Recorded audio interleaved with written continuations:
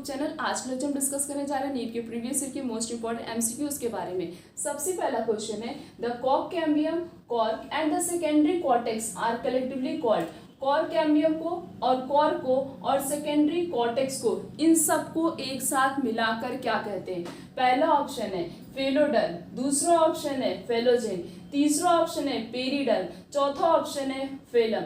Cork cambium को और cork को और सेकेंडरी कॉर्टेक्स, इन सबको कंबाइंड फॉर्म में क्या बोला जाता है? पेरिडर्म बोला जाता है। क्या बोला जाता है? Periderm. So the correct answer is C. Next question is which of the following is not a lateral meristem. इन चार में से ऐसा कौन सा है जो लैटरल मेरिस्टम से बिलोंग नहीं करता है? पहला ऑप्शन है इंटरकैलरी मेरिस्टम, दूसरा ऑप्शन है इंट्राफेसिकुलर कैम्बियम, तीसरा ऑप्शन है इंटरफेसिकुलर कैम्बियम और चौथा ऑप्शन है फेलोजेन। इसमें पूछा कौन सा लैटरल मेरिस्टम का पार्ट नहीं होता है? इंट्राफेसिकुलर कैम्बियम होता है, फेलोजेन भी होता है और इंटरफेसिकुलर कैम्बियम, ये तीनों ही बिलोंग करते हैं लैटरल मेरिस्टम से। बट यहाँ पे इंटरकैलरी मेरिस्टम, ये जो है लैटरल मेरिस्टम से बिलोंग नहीं करता है। So the correct answer is ए।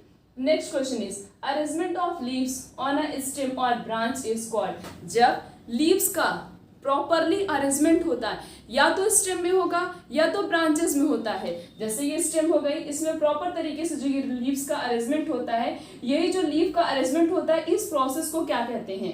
पहला ऑप्शन है वेनिएशन, दूसरा ऑप्शन है वर्नेशन, तीसरा ऑप्शन है इन्फ्लोरेसेंस, चौथा ऑप्शन है फाइलोटैक्सी। जब प्रॉपर वे में लीव का अरेंजमेंट स्टेम और ब्रांचेस में होता है, इस प्रोसेस को बोला जाता है फाइलोटैक्सी। क्या बोलते हैं? Phyllotaxy. So the correct answer is D.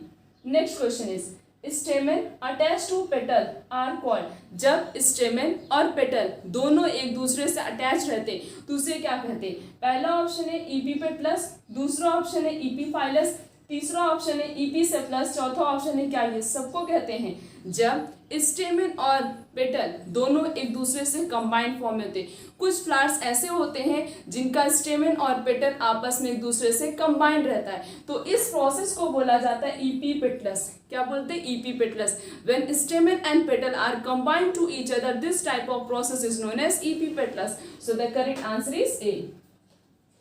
The next question is when gynosium is present in the topmost position of a thalamus, the ovary is called। जब गाइनोसियम जो है कहाँ प्रेजेंट होगा? फ्लावर के टॉप पोजीशन पे present होगा, बाकी सारे पार्ट उसके जस्ट नीचे प्रेजेंट होंगे, उसे क्या बोलते हैं? तो इसमें मतलब इस टाइप की ओवरी को क्या बोलेंगे? इसकी ओवरी को। जब गाइनोसियम टॉप पोजीशन पे प्रेजेंट होता है तो उसे कहते हैं हाइपोगाइनस। थैलेमस को जो है 3 क्लासेस में क्लासिफाई किया गया कि किस तरीके से अरेंजमेंट होता है स्टेम, इसका स्टेमेन, पेटल और पिस्टिल का अरेंजमेंट किस तरीके से थैलेमस में होता है। तो कुछ गैमस होते हैं, कुछ ईपीगैमस होते हैं और कुछ जो होते हैं पेरी होते हैं। तो जिसका मतलब गाइनोसियम टॉप पोजीशन में प्रेजेंट होता है, जिसका रिप्रोडक्टिव ऑर्गन, उसे कहते हैं हाइपोगाइनस। और हाइपोगाइनस की ओवरी कैसी होती है? सुपीरियर होती है। उसमें ऑप्शन क्या दिया? Inferior, half inferior, half superior और सुपीरियर। तो यहाँ पे गाइनोसियम टॉप पोजीशन में प्रेजेंट होता है और उसकी ओवरी को क्या बोलेंगे? Superior ovary.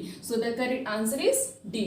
Next question is which of the following statement are wrong. इन चार में से कौन सा स्टेटमेंट है जो कि गलत है?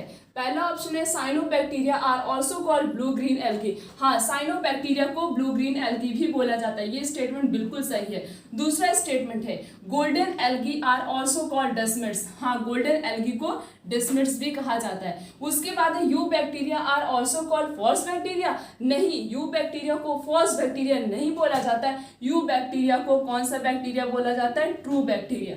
नेक्स्ट स्टेटमेंट है phycomycetes are also called algal fungi. ये स्टेटमेंट बिल्कुल सही है। 3 स्टेटमेंट सही है, ए, बी और डी। बट हमें बताना क्या कौन सा स्टेटमेंट रॉन्ग है। तो कौन सा स्टेटमेंट रॉन्ग है? That is C. Eubacteria को फॉल्स बैक्टीरिया नहीं, यू बैक्टीरिया को ट्रू बैक्टीरिया कहा जाता है। Next question is which one of the following is not a biofertilisers. इन चार में से ऐसा कौन सा है जो बायो फर्टिलाइजर्स की तरह यूज नहीं किया जाता है? पहला ऑप्शन है एग्रोबैक्टीरियम, दूसरा ऑप्शन है राइजोबियम, तीसरा नॉनस्टॉक, चौथा है माइकोराइजा। राइजोबियम, नॉनस्टॉक और माइकोराइजा, इन तीनों को यूज किया जाता है for the bio fertiliser purpose, but ये जो एग्रोबैक्टीरियम है ये वेक्टर की तरह एक्ट करता है। किसकी तरह एक्ट करता है? वेक्टर की तरह एक्ट करता है। तो एग्रोबैक्टीरियम वेक्टर की तरह एक्ट करता है, बाकी इन तीनों का यूज बायो फर्टिलाइजर्स के लिए किया जाता है। तो इसमें यह पूछा गया था कि कौन सा बायो फर्टिलाइजर के लिए नहीं किया जाता, तो किसका नहीं किया था? एग्रोबैक्टीरियम का। सो the correct answer is A. Next question is use of antihistamine and steroid give a quick relief from. ऐसी कौन सी डिजीज होती है या ऐसी कौन सी एलर्जी होती है या ऐसे कौन से सिम्टम्स होते हैं जिसमें जो है किसका यूज किया था? एंटीहिस्टामाइन और जो है स्टेरॉइड का यूज किया था। एंटीहिस्टामाइन और स्टेरॉइड का यूज किया जाता है जब हमें किसी भी चीज से एलर्जी होती है, उसके रिलीफ के लिए हम किसका यूज करते हैं? एंटीहिस्टामाइन और स्टेरॉइड का यूज करते हैं for a quick relief. So the correct answer is B, that is allergy. Next question is Widal test is used for the diagnosis of. Widal test किसके डायग्नोसिस के लिए Widal test कराया जाता है? पहला ऑप्शन है टाइफाइड, दूसरा option है मलेरिया, तीसरा है निमोनिया, चौथा है ट्यूबरक्लोसिस। विडाल टेस्ट कौन से टेस्ट में होता है? That is typhoid fever.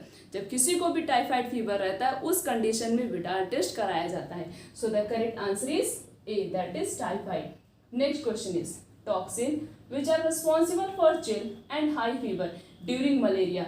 ऐसा कौन सा टॉक्सिक सब्सटेंस है जो रिस्पॉन्सिबल होता है चिल मतलब बहुत ज़्यादा ठंड लगना और हाई फीवर, और उस कंडीशन में हाई फीवर भी हो जाता है जब वो टॉक्सिक सब्सटेंस रिलीज होता है।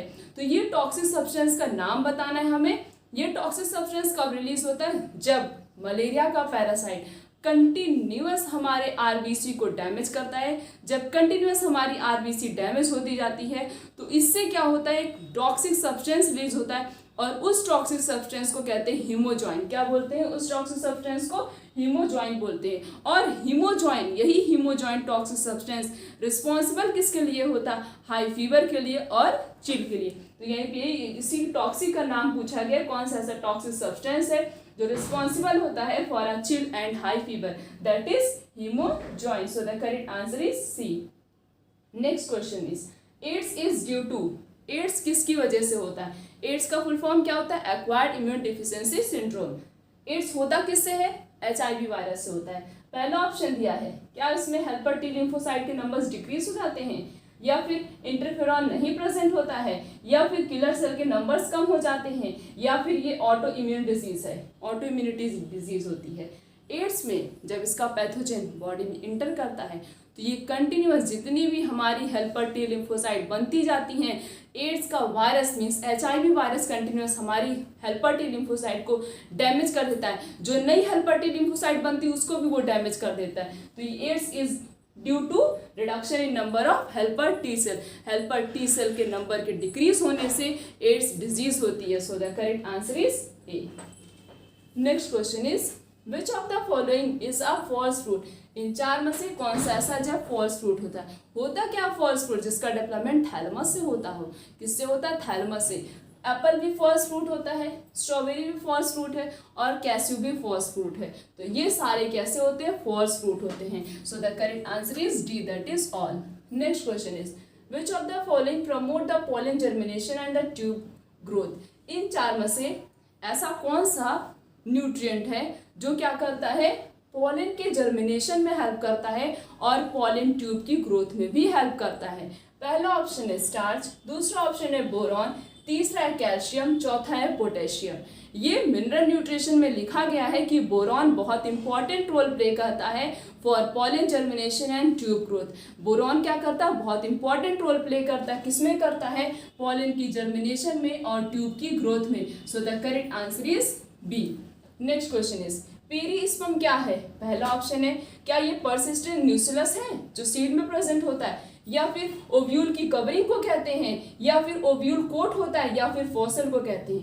पेरिस्पर्म क्या है? जैसे सबने ब्लैक पेपर देखा होगा, ब्लैक पेपर में उसका जो आउटर सरफेस होता है बहुत ज़्यादा रफ होता है। इसका मतलब उसका जो न्यूक्लियस है वो एक्सेस ग्रोथ करता है, मीन्स ज़्यादा ग्रो करता है, जिसकी वजह से वो सरफेस उसकी रफ हो जाती है। तो perisperm is a persistent nucleus in seed.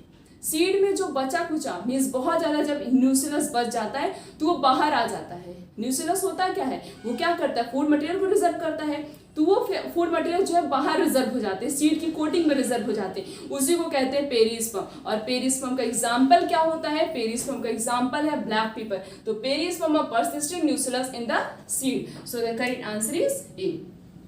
Next question is filiform apparatus are found in. Filiform apparatus कहाँ प्रेजेंट होता है, ये कैसा होता है, फिंगर लाइक स्ट्रक्चर। किस तरीके का होता है, फिंगर लाइक स्ट्रक्चर। प्रेजेंट कहाँ होता है, पहला ऑप्शन दिया, क्या ये एंटीपोडल सेल पे प्रेजेंट होता है, या फिर एग सेल पे प्रेजेंट होता है, या फिर जहाँ हमारा सेकेंडरी न्यूक्लियस प्रेजेंट होता है वहाँ प्रेजेंट होता है, या फिर सिनर्जिड के पास प्रेजेंट होता है। फिलीफॉर्म एपरेटस जो कि फिंगर लाइक स्ट्रक्चर होता है, ये गाइड करता है पॉलन प्रॉपर वे में ट्रांसफर हो रहा है कि नहीं हो रहा है। तो ये कहाँ प्रेजेंट होता है, फिलीफॉर्म एपरेटस, सिनर्जिड जहाँ पे प्रेजेंट होता है वहीं पे फिलीफॉर्म एपरेटस भी प्रेजेंट होता है। So the correct answer is D. Next question is main function of endothecium. Endothecium क्या होता है, एंथर के पास टोटल 4 लेयर पाई जाती है। कितनी लेयर होती, 4। पहली होती है एपिडर्मिस, दूसरी लेयर हो गई इंडोथेशियम, तीसरी हो गई मिडिल लेयर, और चौथा हो गया टेपिटम। टेपिटम क्या करता है, ये तो नरिशमेंट प्रोवाइड कराता है, बाकी ये तीनों लेयर प्रोटेक्शन में हेल्प करती है, और उसमें से इंडोथेशियम क्या करता है, ये डेहसेंस में हेल्प करता है। डेहसेंस का मतलब होता है एंथर से पॉलन के रिलीज होने में ये क्या करता है, हेल्प करता है। तो इंडोथेशियम का काम क्या होता है, पहला ऑप्शन दिया, क्या ये मैकेनिकल सपोर्ट प्रोवाइड करता है, या फिर न्यूट्रिशन प्रोवाइड करता है, या फिर डेहसेंस में हेल्प करता है, या फिर सब्सटेंस को स्टोर करता है। तो इंडोथेशियम का काम क्या होता है, जो कि एंथर की इनर लेयर होती है, ये एंथर की डेहसेंस में हेल्प करता है, मीन्स पॉलन ग्रेन को बाहर निकालने में उसकी हेल्प करता है।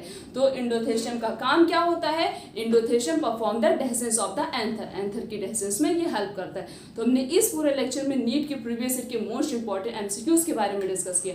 आने वाले लेक्चर में इस तरीके से और भी बहुत सारे एमसीक्यूज के बारे में डिस्कस करेंगे। आज के लेक्चर यहीं तक, थैंक यू।